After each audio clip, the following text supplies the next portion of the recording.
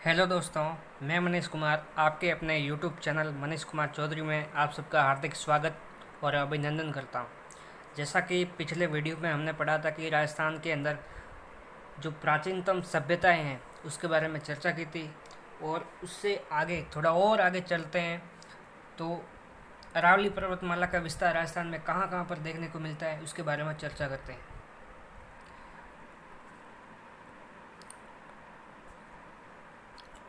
तो अरावली पर्वतमाला का विस्तार राजस्थान में 3 राज्यों में वो एक केंद्र शासित प्रदेश में मिलता है, और वो केंद्र शासित प्रदेश है दिल्ली है। और 3 जो डिस्ट्रिक्ट है, पहला हरियाणा, राजस्थान, और जो तीसरा है वो है गुजरात। गुजरात के पालनपुर तक इसका विस्तार देखने को मिलता है। यह अरावली पर्वतमाला है वो ये मानसून के समांतर है, और ये जल विभाजक रेखा है। ये 2 भागों में बांटती है जल को, और राजस्थान को भी 2 बराबर भागों में बांटती है। और ये जो अरावली पर्वतमाला का जो ऊपरी हिस्सा है उसको कहते हैं उत्तरी पश्चिमी मरुस्थलीय प्रदेश, और अरावली पर्वतमाला का जो निचला हिस्सा है उसे कहते हैं दक्षिणी पूर्वी मैदान। अरावली का प्राचीन नाम का बात की जाए तो इसका नाम है अडावल या अडावल कहते हैं। अरावली पर्वतमाला की कुल लंबाई की बात की जाए तो यह 692 किलोमीटर, और राजस्थान में अगर इसकी लंबाई की बात की जाए तो ये 550 किलोमीटर है। राजस्थान में कुल भाग की बात की जाए ये 80% भाग ये घेरती है अरावली पर्वतमाला। उत्तरी पश्चिमी मरुस्थलीय प्रदेश में वर्षा होती है कम। वर्षा नहीं होने के कारण भाग रहता है सूखा, और जनसंख्या भी का यहाँ पर वर्षा नहीं होने के कारण जनसंख्या भी कमी होती है, कमी रहती है। और उत्तरी पश्चिमी मरुस्थलीय प्रदेश से बहने वाली जो नदियाँ हैं वो अपना जल ले जाती है अरब सागर में। और अरावली पर्वतमाला के जो निचला हिस्सा है दक्षिणी पूर्वी मैदानी, वहाँ पर वर्षा होती है ज़्यादा, तो भाग रहता है हरा भरा, तो वहाँ पर जनसंख्या भी ज़्यादा ही रहती है। और यहाँ की जो नदियाँ हैं दक्षिणी भाग की, यहाँ की नदियाँ अपना जल ले जाती है बंगाल की खाड़ी में। बंगाल की खाड़ी में अपना जल ले जाती है। और एक इसमें अति महत्वपूर्ण तथ्य है कि ऐसी कौन सी नदी है जो कर्क रेखा को काट कर अपना जल अरब सागर में ले जाती है, तो वो कौन सी नदी है? माही नदी है। माही नदी है जो दक्षिणी भाग से होती हुई अपना जल बंगाल की खाड़ी में न जाते हुए अरब सागर में अपना जल डालती। तो दोस्तों, अगले प्रश्न की ओर रुख करते हैं।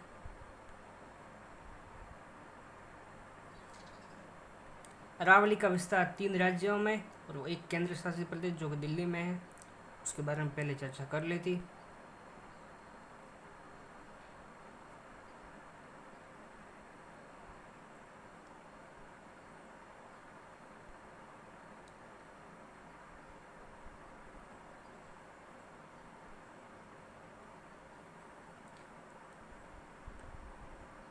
अब है एक पृथ्वी। पृथ्वी के अंदर 2 भाग हुए। एक भाग का तो नाम है गोंडवाना लैंड, और दूसरे भाग का नाम है अंगारा लैंड। और इन दोनों के बीच का जो भाग है उसे कहते हैं 33 सागर, जो राजस्थान में खारे पानी की झीलों के अवशेष है। इस पृथ्वी के अंदर 71% तो जल है और 29% थल है। 7 महाद्वीप में सबसे बड़ा है एशिया, और सबसे छोटा है ऑस्ट्रेलिया। राजस्थान के इतिहास के जनक सॉरी भारत के इतिहास के जनक की बात की जाए तो भारत के इतिहास के जनक कौन है? वेद व्यास। और राजस्थान के इतिहास के जनक की बात की जाए तो वो कौन है? Colonel James Tod. Ved Vyas ji ने एक ग्रंथ लिखा था जिसका नाम है महाभारत। महाभारत का प्राचीन नाम है जय संहिता। इसमें 1 लाख श्लोक है। किसमें? महाभारत में। यह महाभारत किसका एक भाग था? ये भाग था एक गीता का। जो महाभारत का युद्ध हुआ था वो कहाँ पर हुआ था? कुरुक्षेत्र में हुआ था, जो कि कुरुक्षेत्र कहाँ पर है वर्तमान में? हरियाणा में। यह महाभारत का युद्ध 18 दिन तक चला था कुरुक्षेत्र में।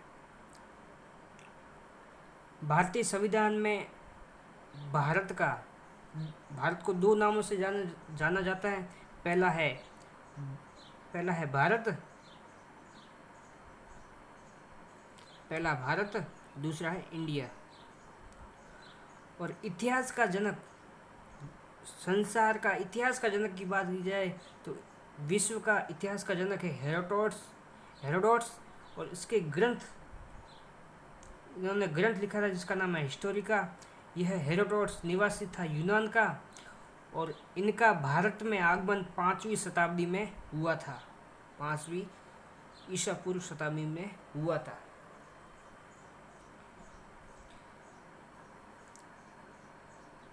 विश्व के इतिहास के जनक की बात की जाए तो वो है हेरोडोट्स, और भारत के इतिहास के जनक के बारे में बात की जाए तो वो है वेदव्यास, और राजस्थान के इतिहास के जनक के बारे में बात की जाए तो वो है कर्नल जेम्स टोड। आइए अगले प्रश्न की ओर रुख करते हैं।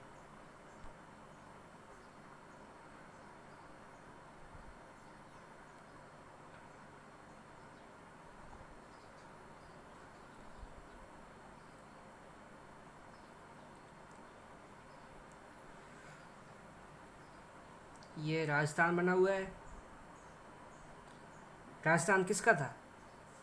पूर्व में राजस्थान था राजपूतों का, और राजपूतों में जो बड़ी बड़ी रियासतें थी पहले, उसके बारे में चर्चा करते हैं। तो पहली है बीकानेर, दूसरी है आमेर, तीसरी है हाड़ौती, और चौथी है मेवाड़। ये महत्वपूर्ण बड़ी बड़ी रियासतें थी।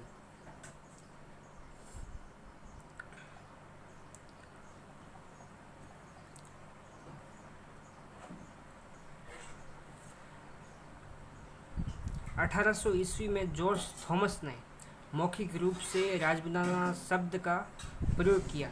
सर्वप्रथम राजपूताना शब्द का प्रयोग किसने किया? तो वो किसने किया था? जॉर्ज थॉमस ने। कब किया था? 1800 ईस्वी में। कौन सी शताब्दी में किया था? तो वो किया था 19वीं शताब्दी में। वो भी मौखिक रूप से किया था, लिखित रूप में नहीं किया था।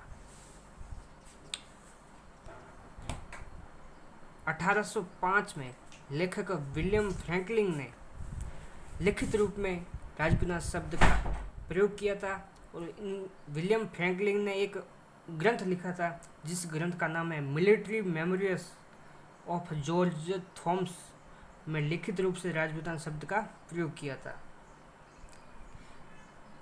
राजस्थान का राजपूताना शब्द का लिखित में किसने प्रयोग किया था? तो वो कौन है? विलियम फ्रैंकलिन ने। कब किया था?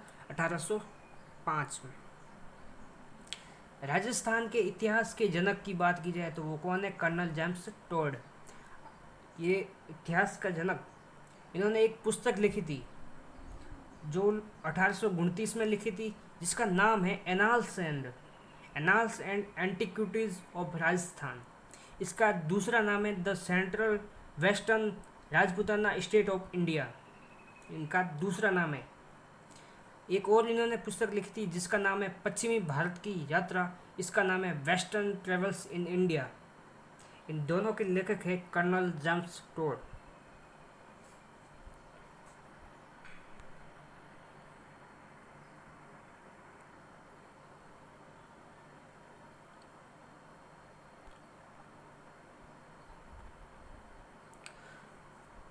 अब ये इंडिया का नक्शा बना हुआ है।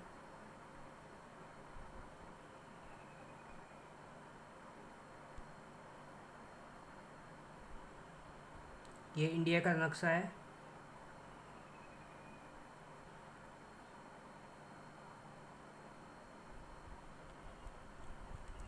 इंडिया में राजस्थान का जो विस्तार देखने को मिलता है तो वो कहाँ पर मिलता है? पश्चिम में देखने को। पश्चिम राजस्थान एक राज्य था। राज्य किसका था? राजपूतों का था पहले। यहाँ पर कर्नल जेम्स की नियुक्ति हुई थी। वो कहाँ पर हुई थी? वेस्टर्न राजपूताना स्टेट में हुई थी कर्नल जेम्स टोड की। तो टोड की नियुक्ति हुई राजपूताना में वेस्टर्न फिर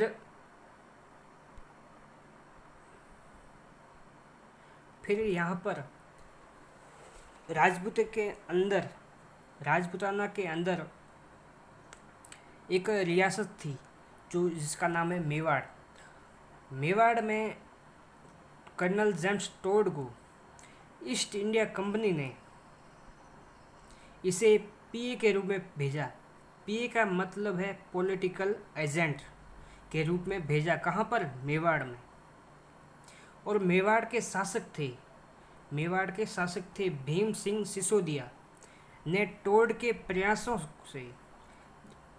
प्रयासों से 13 जनवरी 1818 में ईस्ट इंडिया कंपनी के साथ सहायक संधि की।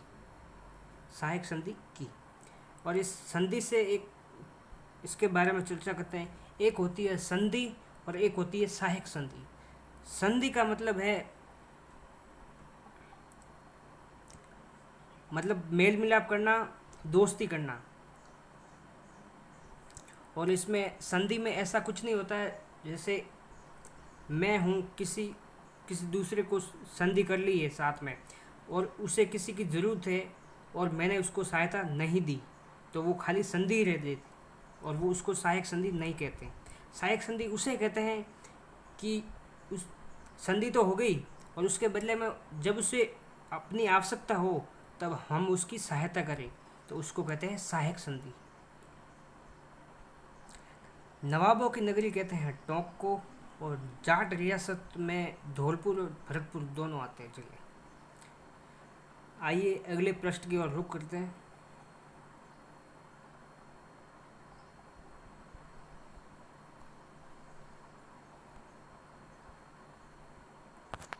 अब संधि की राजस्थान में पहली बार संधि किसने की थी, वह किस शासक ने की थी, वह किस रियासत ने की थी, तो उसके बारे में चर्चा करते हैं।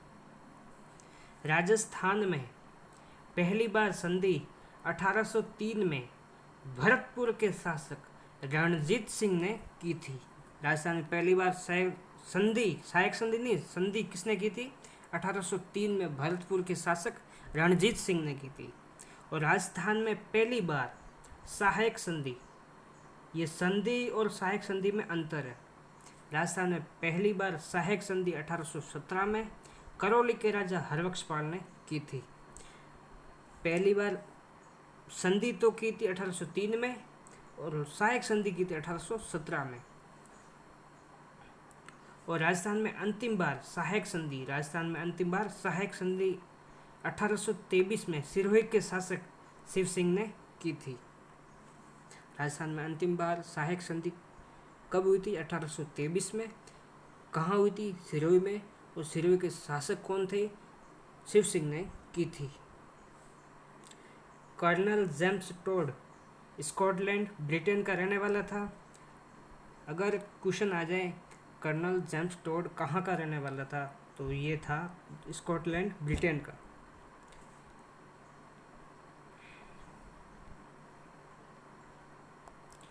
कर्नल जेम्स टोड ने अपना ग्रंथ किसे भेंट किया था?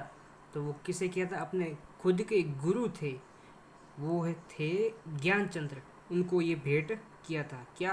अपना एक ग्रंथ था, वो अपने गुरु ज्ञानचंद्र को भेंट किया था।